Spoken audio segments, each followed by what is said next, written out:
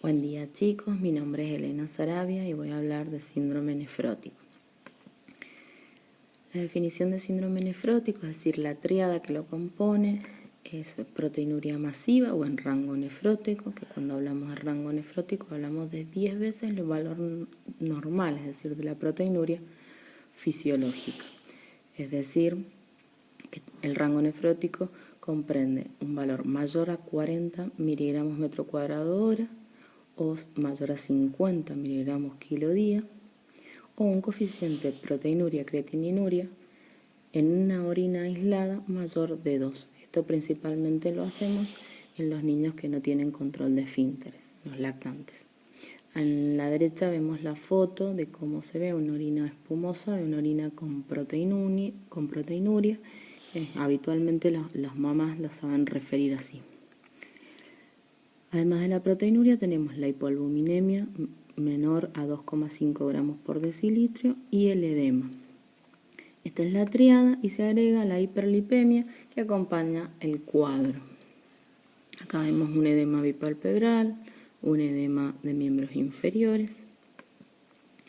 Sabemos que el síndrome nefrótico es la glomerulonefritis más frecuente en pediatría, la glomerulopatía más frecuente en pediatría. La incidencia del síndrome nefrótico idiopático en pediatría es de 5,7 a 9,4 casos por 100.000 habitantes menores de 15 años. Con respecto a la clasificación etiológica, sabemos que el más frecuente es el primario o idiopático, pero que existen secundarios a infecciones como la sífilis, el paludismo, varias de las TORCH, las toxinas como el mercurio, el bismuto, medios de contraste, la penicilina, el bevacizumab, algunas quimioterápicas, alergias como picaduras de abejas, polen, alergias alimentarias también, neoplasias como la enfermedad de Hodgkin, leucemias o carcinomas y otras menos frecuentes. También existe un síndrome nefrótico congénito de comienzo temprano, que generalmente está desencadenado por todas las TORCH, con lo cual es primordial buscar estas serologías en los niños menores de 1 año. Hay una clasificación de acuerdo a la respuesta al tratamiento, en el cual decimos que un síndrome nefrótico está en remisión cuando hay un descenso de la proteinuria a dosis fisiológicas o tiras reactivas negativas durante 3 días consecutivos. Es córtico sensible cuando presenta remisión luego del tratamiento inicial con corticoides. Recaída es la reaparición de proteinuria en rango nefrótico o tiras reactivas, 2 o más cruces durante 5 días consecutivos o la reaparición de los edemas. Más del 80% de los pacientes presentan recaídas en la evolución de su enfermedad. Síndrome nefrótico a recaídas frecuentes, más de 2 recaídas en 6 meses o más de 3 recaídas en 1 año. Síndrome nefrótico córtico dependiente, un paciente que presenta 2 recaídas consecutivas al descender los corticoides o dentro de las 2 semanas siguientes a la suspensión de los mismos. Síndrome nefrótico córtico resistente, persistencia de la proteinuria al finalizar las 8 semanas de tratamiento con corticoides. Esto nos habla de resistencia al tratamiento y mal pronóstico.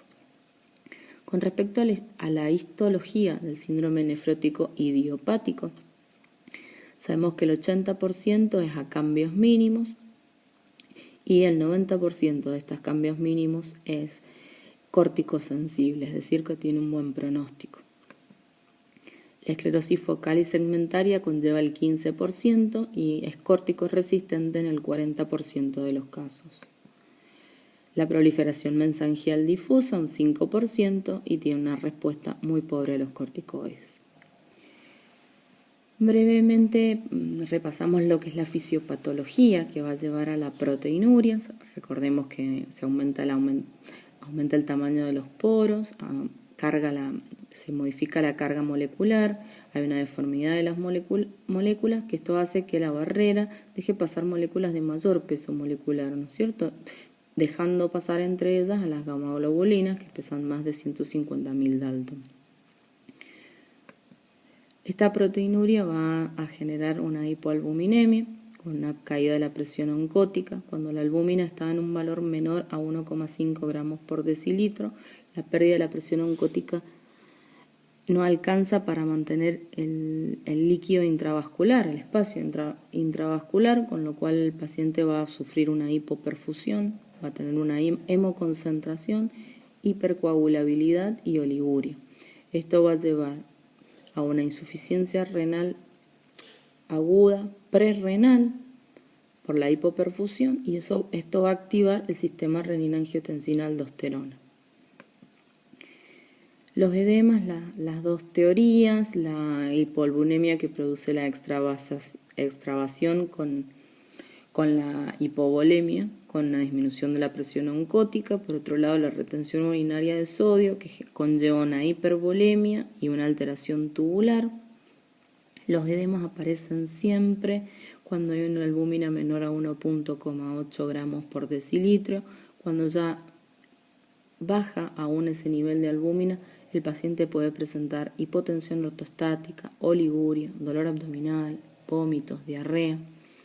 Cuando un paciente lleva de 2 a 4 semanas perdiendo proteínas, teniendo proteinuria, va a aparecer el edema palpebral matutino, que es típico de estos pacientes, es un edema que prácticamente le imposibilita la apertura ocular.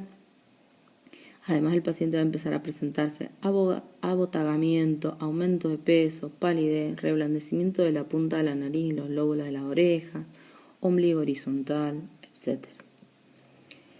La hipercolesterolemia se produce en parte al disminuir la albuminemia, se disminuye en hígado la síntesis de proteínas, las lipoproteínas que van a transportar estos lípidos, van a disminuir. Generalmente hablamos de un valor colesterol sérico mayor a 300 en estos pacientes. La HDL, la VDL, la IDL y los triglicéridos van a estar aumentados. La HDL puede estar disminuida. Y también puede aparecer en estos momentos lipiduria, es decir, cilindros grasos y cuerpos ovales grasos en la orina, en el sedimento urinario. En la clínica hay que evaluar el peso, la tensión arterial, saber cuál era el peso seco del paciente, estimar cuál es la diferencia, la tensión arterial, constatar, generalmente pueden estar hipotensos, en un segundo plano pueden estar hipertensos también, aunque es menos frecuente, el estado nutricional y de hidratación, el examen físico general. El edema es generalmente el signo que más nos orienta hacia el diagnóstico del síndrome nefrótico, pero debe confirmarse siempre con la proteinuria en rango nefrótico. Y acá vemos que la proteinuria, digamos, es como el gold estándar para hacer el diagnóstico del síndrome nefrótico, si bien tiene que acompañarse la hipoalbuminemia, el edema, puedes tener la hiperlipidemia y la lipiduria, la proteinuria tiene que estar constatada, ¿no?, en rango nefrótico. También se pueden presentar en el sedimento urinario alteraciones como hematuria microscópica, los cilindros hemáticos. También el paciente puede desarrollar hipertensión arterial o insuficiencia renal. En la anamnesis tenemos que hacer una anamnesis detallada, antecedentes familiares y personales, con especial referencia sobre enfermedades renales, predisposición alérgica, infecciones, drogas, tóxicos, picaduras o vacunaciones previas, edad de comienzo de la enfermedad, signos nefríticos si los tuviera y antecedentes de enfermedades sistémicas. Los estudios complementarios, la proteinuria de 24 horas o el coeficiente proteinuria-creatininuria si el paciente no tiene control de esfínteres. Y en el análisis de sangre vamos a encontrar un hematocrito aumentado por la hemoconcentración. Vamos a encontrar un ionograma que puede tener un sodio normal o puede tener un sodio disminuido, principalmente cuando hay un tercer espacio y el sodio difunde. Y entonces tenemos por ese tercer espacio una dilución en ese tercer espacio y una hiponatremia. La uremia y la creatinina pueden estar normal en un principio, pueden estar alteradas, aumentadas, pueden llegar hasta la insuficiencia renal. El colesterol total y los triglicéridos van a estar aumentados, el proteinograma y la albúmina van a estar alterados. La calcemia va a estar disminuida y el estado ácido base venoso va a estar generalmente mostrando una acidosis metabólica fruto de la hipoxemia que van a sufrir algunos de los tejidos por la hipovolemia. El complemento va a estar disminuido. Acá pedimos la serología para investigar determinar otras causas en el caso de que sea un debut, y para poder iniciar el tratamiento, poder saber cuál es el estado serológico de nuestro paciente, de la misma manera que tenemos que colocarle todas las vacunas pertinentes previas al inicio del tratamiento con corticoides, al igual que vamos a hacer la PPD. Con respecto a la radiografía de tórax, vamos a encontrar una silueta cardíaca disminuida de tamaño, excepto en los casos en los que tengamos derrame pleural en un paciente con anasarca, que puede tener ascitis, derrame pleural, pero si no, lo característico es que la trama broncovascular prácticamente no es visible y la silueta cardíaca está disminuida. Siempre recordar hacer una ecografía de vías urinarias y renal y el urocultivo. Con respecto al tratamiento, hacer hincapié en la dieta hiposódica estricta, pero hiperproteica, principalmente que el paciente no quede a dieta cero, sino que el paciente tenga mínimamente los aportes de la leche para incorporar proteínas, no restringir los líquidos. En el paciente con anasarca y con signos clínicos de hipovolemia, siempre obviamente evaluar el estado volumétrico y se puede realizar una expansión con solución fisiológica con albúmina de 0,5 a 1 gramo kilo. Eso pasa en 2 horas y eso se acompaña de una infusión de furosemida. Eso generalmente se hace cada 48 horas y es ya de estricto control del nefrólogo, ¿sí? A modo informativo. Y el tratamiento propiamente del síndrome nefrótico idiopático, la prednisona a 2 miligramos kilo o 60 miligramos metro cuadrado en días continuos durante 4 a 6 semanas. Con respecto a las principales complicaciones que va a tener el síndrome nefrótico, van a ser las infecciosas, ¿no es cierto?, por las alteraciones inmunes en la inmunidad humoral, con la inmunoglobulina G sérica baja, por la pérdida de orina, el aumento del catabolismo y la disminución de la síntesis, por las alteraciones a nivel celular, con la disminución de los linfocitos T circulantes y alteraciones en las subpoblaciones de estos linfocitos T, el aumento de la prostaglandina y una hipocomplementemia por la pérdida de orina, ¿no es cierto?, del complemento.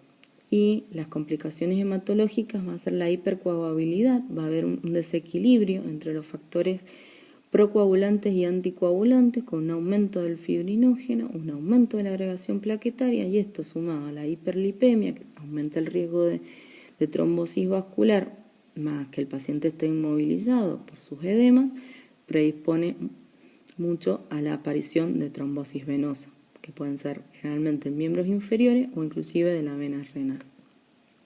A modo de conclusión, podemos sintetizar lo desarrollado en los siguientes puntos. La causa más frecuente de síndrome nefrótico en pediatría es la primaria, o sea, la idiopática. El patrón histológico más frecuente es el de cambios mínimos. La corticosensibilidad inicial es del 90% y las recaídas luego del debut son muy frecuentes. El pronóstico a largo plazo lo define la respuesta inicial al tratamiento y los corticoides. Muchas gracias por su atención.